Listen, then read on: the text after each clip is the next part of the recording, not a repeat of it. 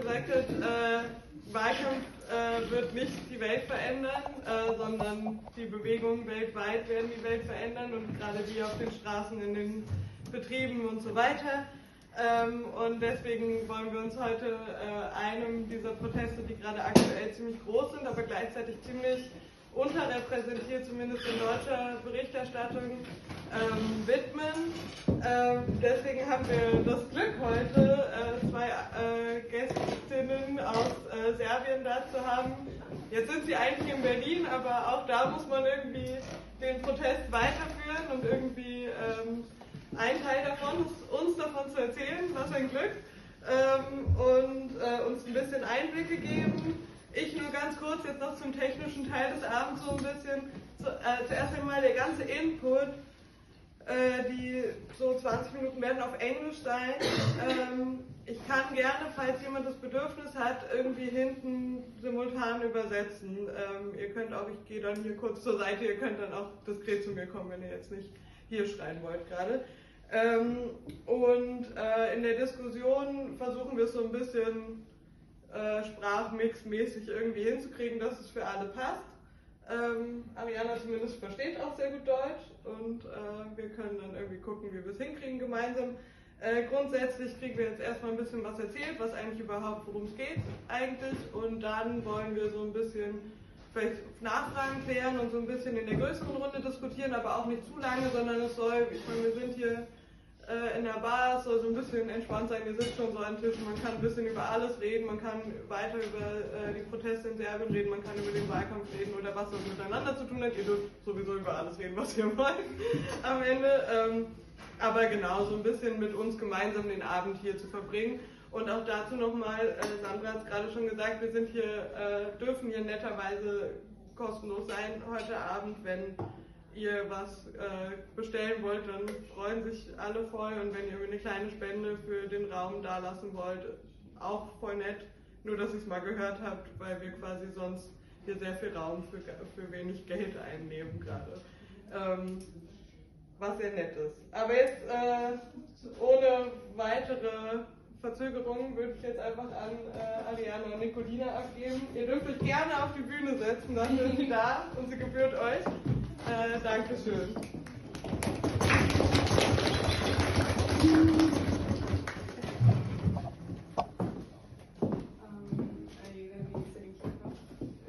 If somebody needs translation, please scream or wink. What is light is really. So, 3 past months have been really the biggest, something that has happened really big for our nation. So what I've done when I went back to Belgrade, I went there back for 3 weeks, and we spent every day from 11:50 a.m. to 12:06 p.m. We spent on the streets in silence for 15 minutes. So that means the whole Serbia stops for those 15 minutes, and that hasn't happened since Tito died. And those were only 1 minute of silence for years. So 15 minutes of silence on the biggest streets of Belgrade. Everyone pauses because we have 15 casualties. In Novi Sad on 1st of November 2024, a canopy fell from the train station, the main train station in Novi Sad, and killed 15 people, including children. That was really one of the saddest days that our country has had after shootings and problems that we had in schools. But this was really in all of our faces a show of how corrupted our country is. Because after the canopy fell, we never got the documents, no one told us anything, who is responsible for that. They opened ceremonically with a lot of pride that train station twice, and they said that that's the best ever that this world has seen. And then when that fell, our president went on television and he said that they fixed everything but that canopy, and he feels guilty because he didn't fix that. Yeah, so students in Novi Sad have started to protest and to hold first 15 minutes of silence. Then the students from Belgrade joined them. First school that joined them was Faculty of Dramatic Arts in Belgrade. They protested, they went on the street in front of their university, which is not a main street, it's just a normal street. They held their 15 minutes of silence when people with their cars approached the protest and started beating them. Kids were really hurt and they were arrested by police, who never identified themselves, never wore any uniforms. Those were just people with bald heads and armed shoes, just coming and arresting children. That day, Faculty of Dramatic Arts went into blockade. They blocked their university, they stopped everything. They stopped going to classes, and they got full support of their teachers and professors. After that, all universities, in a couple of weeks after that, all universities went into blockades. They stopped all the classes, all the teachers joined, and high schools also started going to blockades. Everyone stopped their lives, and they had 5 demands that I would read to you. Those are demands that students are asking from our government. Not the president, even though he's the only one who is always trying to talk to us, but he's not the one who is responsible for this. So the demands are, first one is full transparency of documentation of the reconstruction of Novi Sad train station. It is a public facility, and the documents should also be public. We never got that. We never got documentation because the train station never was allowed to be open. People whose job is to protect the buildings from not falling down never said, yes, that's safe. And we don't have that everywhere. They don't have the licenses. Second one is dismissal of charges against those arrested and detained at protests. There were a lot of kids, I say kids because they're students, 19, 20-year-olds, that have been held at police stations and have criminal records because they were protesting silently. Third one, the police should file criminal charges against individuals who physically attacked students and professors and who are known to the public. We know all of their names and we know where they're working, and most of the times they're the party members of the leading party in Serbia. 4, immediate confirmation of the identity of above-mentioned persons and their criminal prosecution. If it is determined that these persons hold public office, the students demand their dismissal. And 5th is increase in funding for state faculties by 20%. So these are the demands that the students are asking for, and they're not settling for anything lower. A president came on television and he said that he's going to give students a loan to get apartments for less money.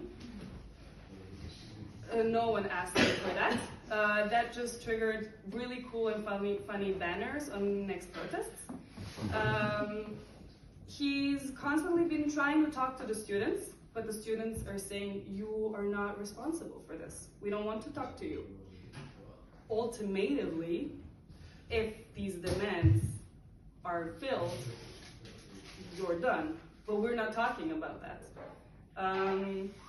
So he's been trying to talk to the students. The public prosecutor's office, who has to give us all of this documentation, she is gone from Earth. She's nowhere to be found. She's not talking to us. So the students have just, they just want that.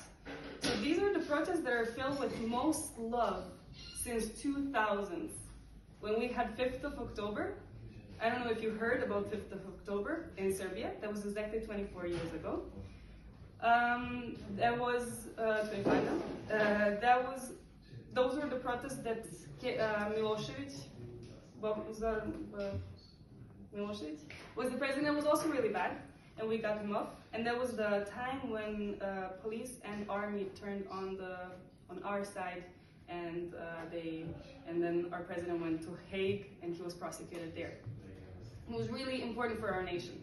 Since then, we've been protesting because we did have a bad time, but now these are students, and they're so pure, and they're so sweet, and they're so full of love, and they have absolutely nothing to lose.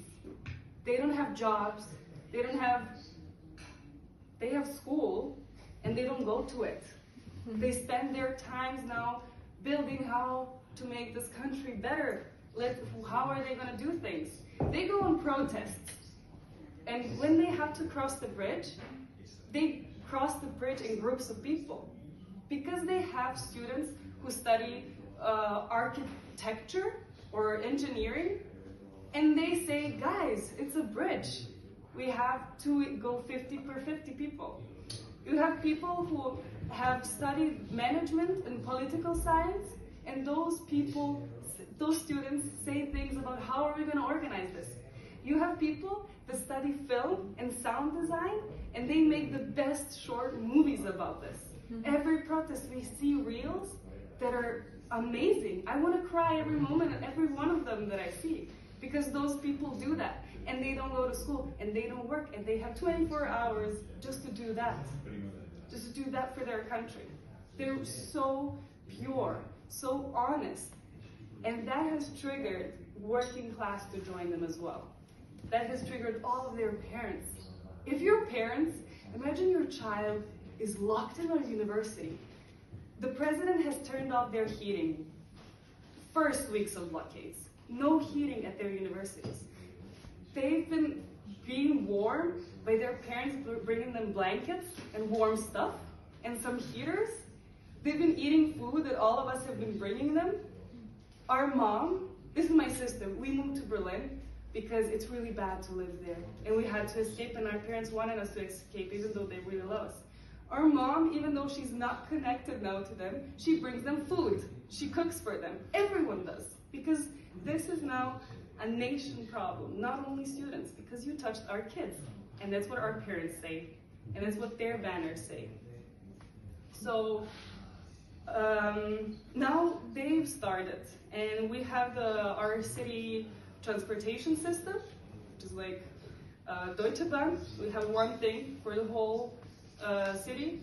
They also went into protests, and they also have their demands, and they have their 6 demands that are really clear, and they said, you have 7 days to do this. You have 7 days to give us all of our demands.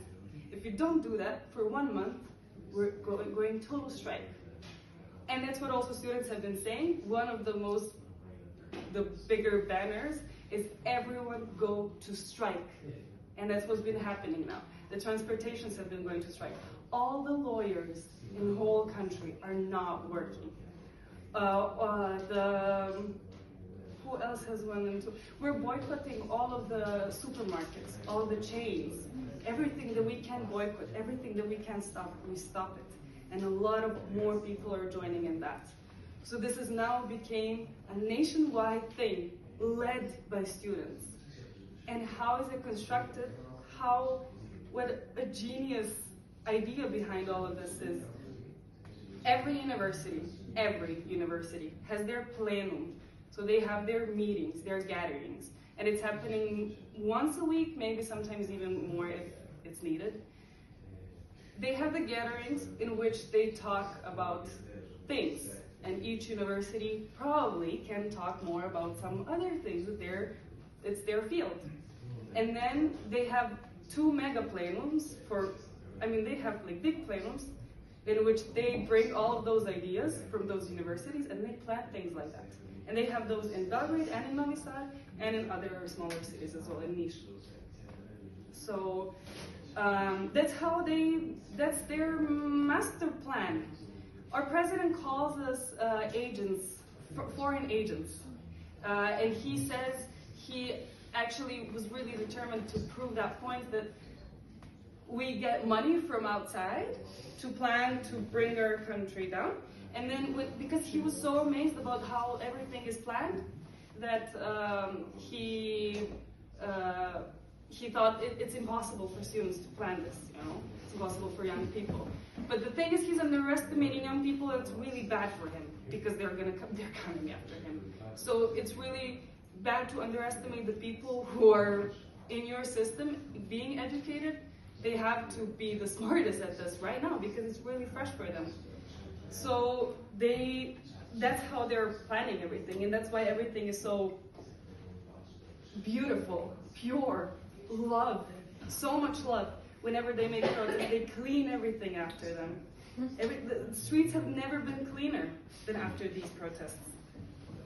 One of the president's comebacks to all of this, we have a lot of banners, everything, right, going into the national frequency television, which is not talking at all about this. So my grandma in a village somewhere doesn't know what's happening. She's like, you know, maybe some students are, our president says a couple hundred students have went on the street. Meanwhile, on Slavia, on 22nd of December last year, there was 100,000 people, minimum, on Slavia. They were not paid, because our president likes to do that.